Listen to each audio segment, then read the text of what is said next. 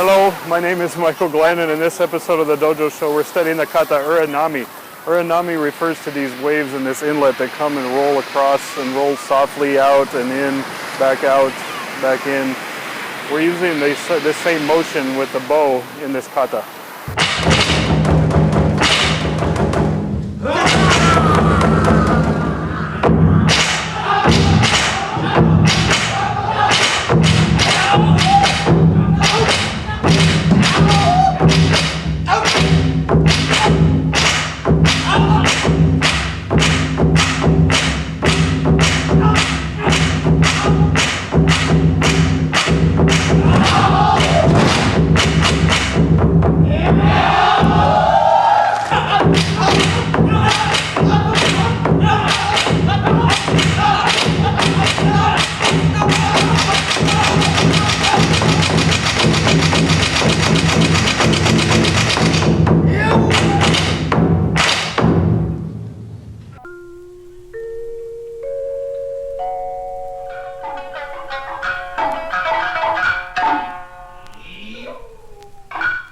Uranami is an interesting name. In the Bujinkan in the old days, they didn't have smartphones, right? So people spent a lot of time looking at nature and experiencing nature and taking nature in.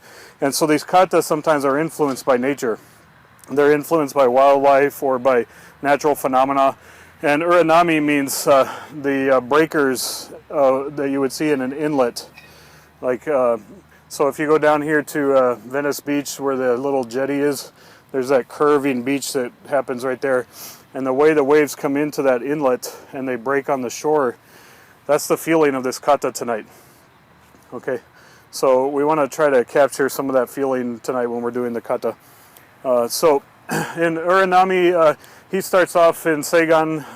I'm going to be at ihen no Kamae. So the Kamae is just shifting.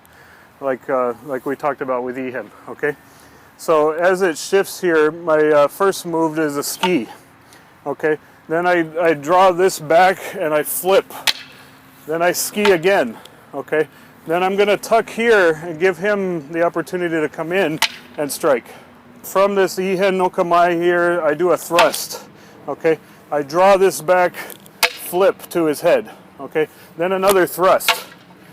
Then I take this back and increase the space before I swing around to do. So, ski, flip, ski again, here, strike to do.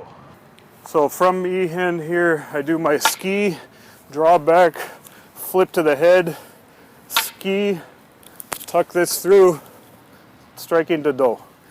You see how he's very cautious on that last one. That's a big strike coming around, and if he's not prepared for it, it can hurt a lot. Ski, flip, ski. Ihen here, ski, right? Come back, flip to the head, another ski. Then you tuck this through here, and that's to do. Ski, flip. I was saying earlier that this is called Uranami, and it's named after these breakers that come in on the shore, right? And if you've ever sat and watched those, they come in one right after the other a lot of times. They're not big, but they're piling up on each other. And then in between, there's this pullback, and then they come in, right? All of you have probably watched waves, so I think you know what I mean. So if I'm doing this with Jesse here, so I'm in from my ihen, I do my initial thrust, and then I pull back. Okay, so you can think of the tip of the bow like the crest that's breaking on the rocks, right? So from ihen here, right, I do this break here. I come draw back, and then it breaks again. That one obviously is like a bigger wave, right? So then there's another thrust. This one has to pull back again though before you thrust. So let's do that again, Jesse. You're creating a rhythm here for him to have to cope with, and then you establish a rhythm and then break it at the end. So from ihen here, thrust, pulling back, flip, pulling back, thrust, pulling back. Okay, see that give and take rhythm that happens?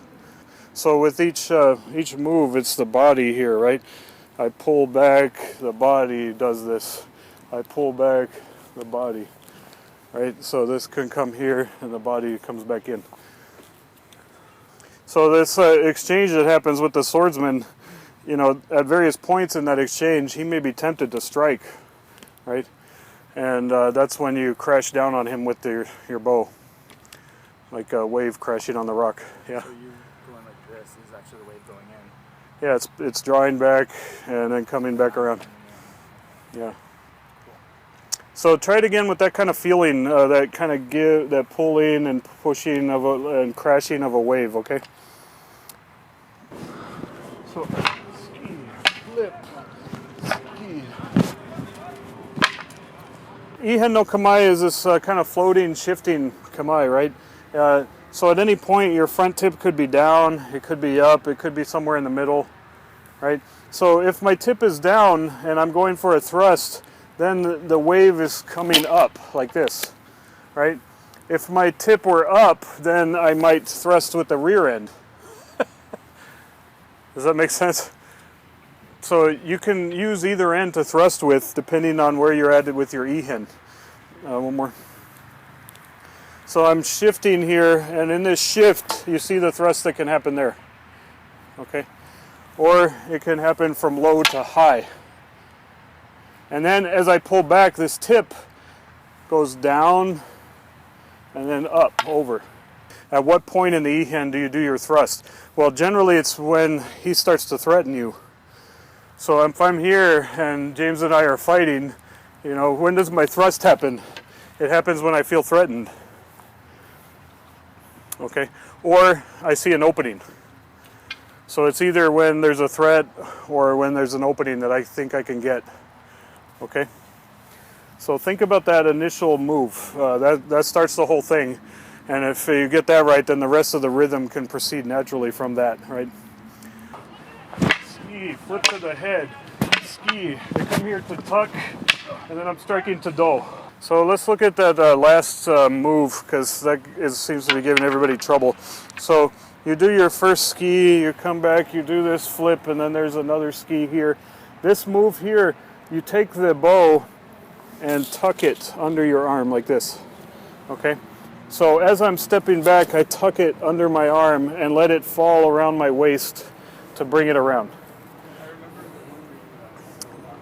Yeah, so you remember in a different Bojutsu Kata, right?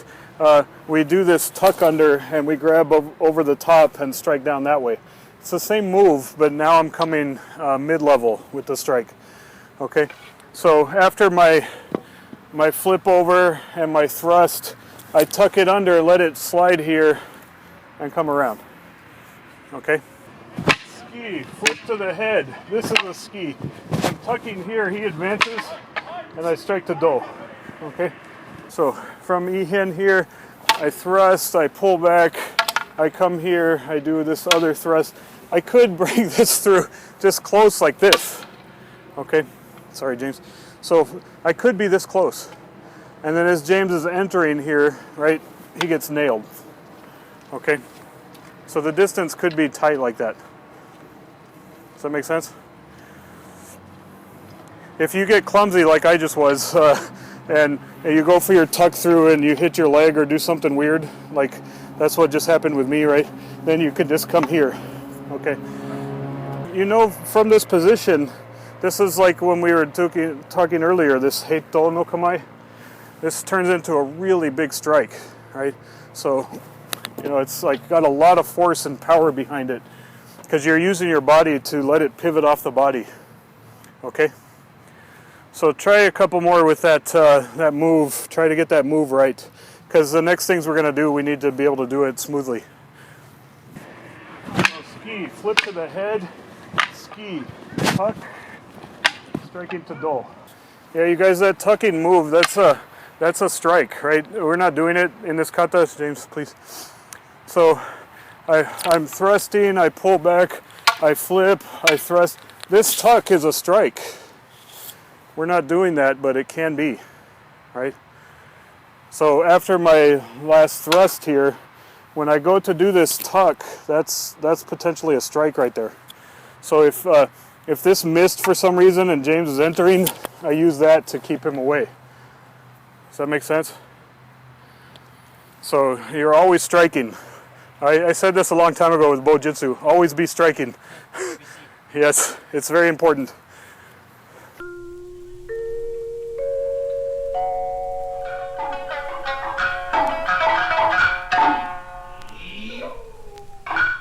From my ihen here, I do my thrust. Now I'm flipping on the same side, and I thrust again. Okay, then this comes through. Okay, so it's very similar. You just do 3 techniques on the same side to begin with. Do my thrust. There's the flip here. Draw back, thrust. This is where this can tuck through. Okay, so everything's the same. You're just doing the first 3 on one side. All right. So you guys also can add in, if you're ready for it, one more, Sean. So if you're ready for this feeling, thrust again. If you're ready, you can start circling. Okay, so you can circle on each move, right? I didn't really do it there, but my first thrust can circle, right? My flip can circle. My second thrust can circle more. This can circle some more, right?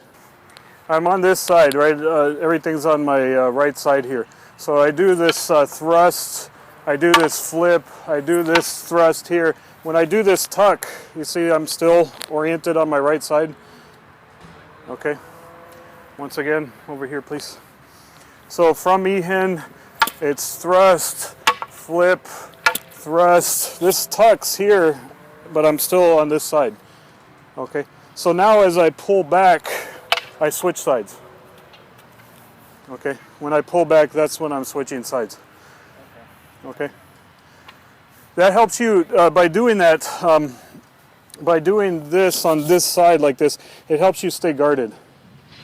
If you instead try to switch right here, that's a dangerous moment. Okay, so it's better for you to do your switch like this, where you're still guarded by your stick, and then come around with your strike. I thrust, I flip, I thrust here. When I do this tuck through, this is potentially a strike. So, yeah, if Sean were entering at that point, you know, I would strike. Okay? Sorry, Sean. So that tuck through, you're doing like this, so that you can then come around for that one. So is this one 2 strike? Is there like 2? There could be 2, sure. If, if after your... this could strike, that could strike. Yeah, there could be 2.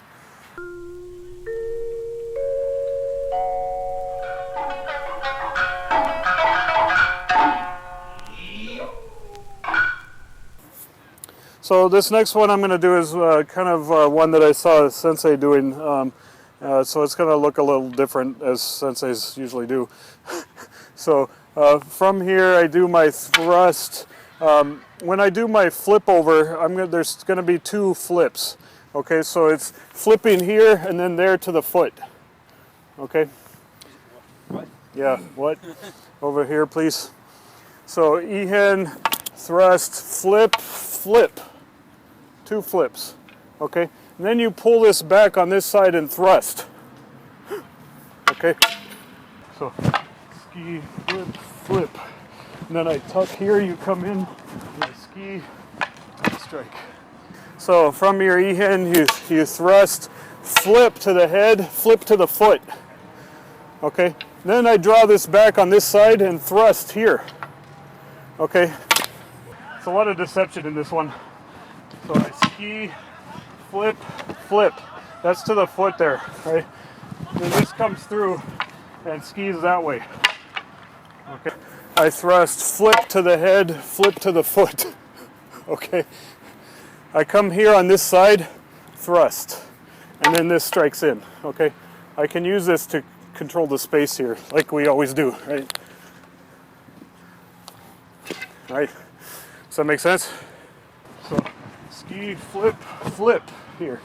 Right. Then I tuck here as he advances. I ski, and then this last is to do. So from ihen. Thrust. This is flipping to the head, right? So it flips to the head, but then you keep going and flip to the foot. It hurts. Yeah. Thank you. That one hurts a lot, yeah. One more, Jesse. I'll try not to hit it this time. Good shot. Perfect shot. Yeah, so I thrust there, flip to the head, and let it keep going to the foot. Then you come through here and thrust, okay? And then this strike happens here. So thrust, flip, flip. So from the ihen, I do my initial thrust, right? And then I pull back here and the distance increases. So this flip is filling the space. This flip is filling it even more. So it's like one wave right behind the other. And you see now our distance. It's quite long, okay? So then when I tuck this through here, he's gonna maybe be entering in, okay? And this is again to keep him away. I don't wanna stay right in front though. When I do my thrust from this position, I want to either move out to this side or I wanna move around to this side, okay? You don't wanna stay right in front. You wanna get an angle on that. From the ihen, there's this thrust, this flip, and that flip. You see how far away he is, right? So then I tuck this here, he's coming in, right? So I get off at an angle. Thrust, there, okay? So I tuck this through to this side, there's my angle, okay? And then this one, the last one, you see how it becomes hard for him to defend. He's a little jumpy with it, and I understand why. This bow filling the space with strikes there is intimidating. But you have to imagine, if you're the uke, what is happening here. You know, what the conflict is. Are you defending or are you attacking, you know? And in Bojutsu, it's usually the swordsman is more aggressive because he has to close distance. The bow he can stay long, he doesn't care, that's fine with him. It's better for him, right? But the swordsman usually needs to close distance to win. So the swordsman tends to have to force the combat or pressure, right? We don't always do that because it gets hazardous when the bow's flying through the space and you're running into it as a swordsman. But try to, as an uke with the sword, try to have that feeling. When would I enter? How would I enter? What kind of pressure would I put? Because if you're as an uke, if you're just always like this, you know, then there's no reality to the kata, right? And the bow guy doesn't have to do anything at that point. So you want to try to keep that give and take with the sword and the bow. After the head strike and this flip here, right? As I tuck this through here, if I feel in danger from him, I move, right? Because you created a lot of distance with that second strike. So in order for Yeah, this flip here gets me really long. And so from there it gives me time to get to here.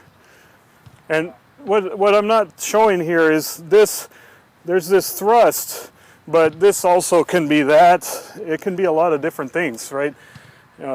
Just depending on the situation. If James were in Daijodan, right, and he comes in with that sword, right, I'm going to change that strike. So it looks funny, but a lot of things can happen from here, okay? And it's a way, remember we're doing ihen sabaki. So ihen are these strange transformations, strange changes in the space. And that's the definition of that word, ihen, right?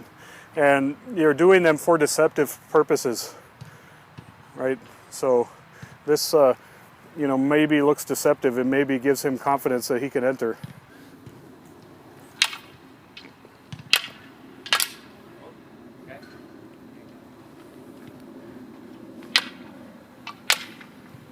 Nice, Sean. That second flip, so this one's to the head, right?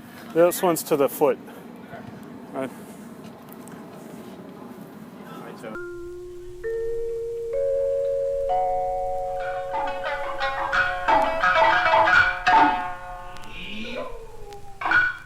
So I ski, flip, flip, okay? This comes through here. I come at this angle to control the sword. And then I can enter. All right. So you see how I'm using that to control that space. So I ski here, I flip, flip. On this second flip, I'm going to pivot around and cover his sword. Okay. You see Richard's Kamae here, right? Thrust, flip, flip. I caught Jesse's hand there, right? So then I'm here. Right. Then I'm here. So I shift here and use this to drive in. This is shielding here against Jesse. Okay. So ski, flip, double flip here. The second flip, I use it to advance. Okay. This can be a strike. Take the sword, right? Now I've got both weapons. So thrust, head. If his hands weren't there, I would continue to the foot. Okay. But if his hands are there, I go for the hands. Okay. Then I come here. So now, if he's entering, I use this to control the sword. Okay. See how I stay on it? Yeah, you connect, you control the space with ihen. This is very advanced, knowing how to control the space with ihen. And it's something we've been working on for more than a year now with this Bojutsu. And sometimes I feel like I got it, a lot of times I don't. So if you guys don't got it, don't sweat it. Just do your best, right?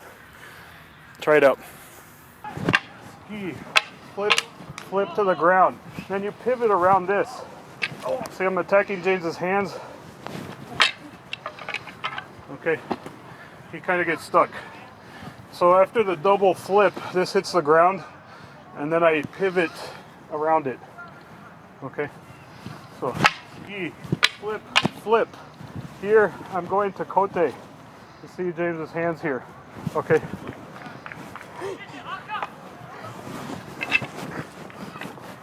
James was tapping right there because that would be a neck breaker.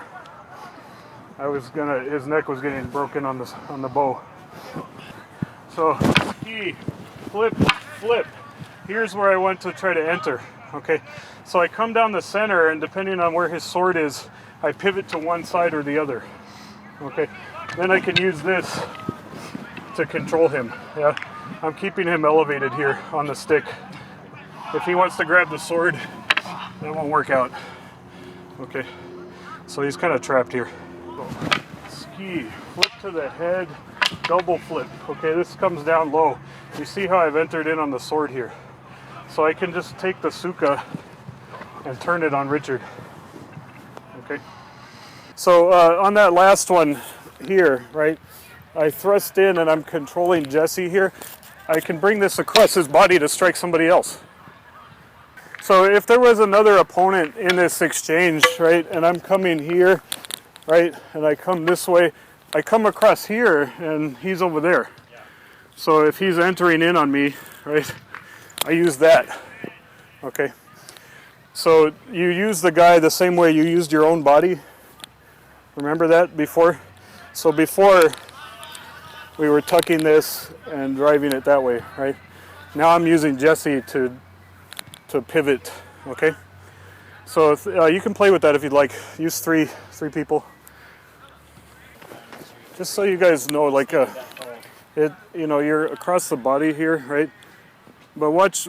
It doesn't necessarily have to hurt this guy too much, right?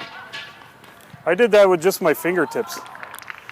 Okay, it's just he's the fulcrum, so it gets a lot of leverage and whips around.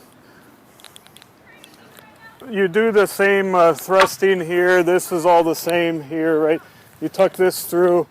You're coming through here, right? And you're controlling him, but I'm showing the camera. Sensei would use it to attack here. Okay, so then James, you come in foolishly, right?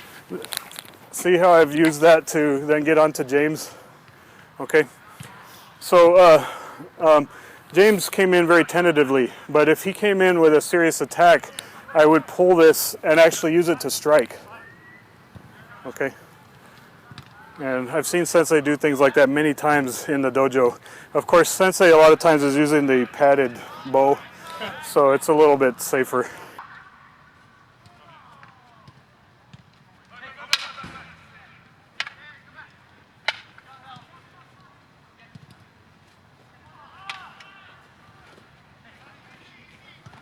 Nice.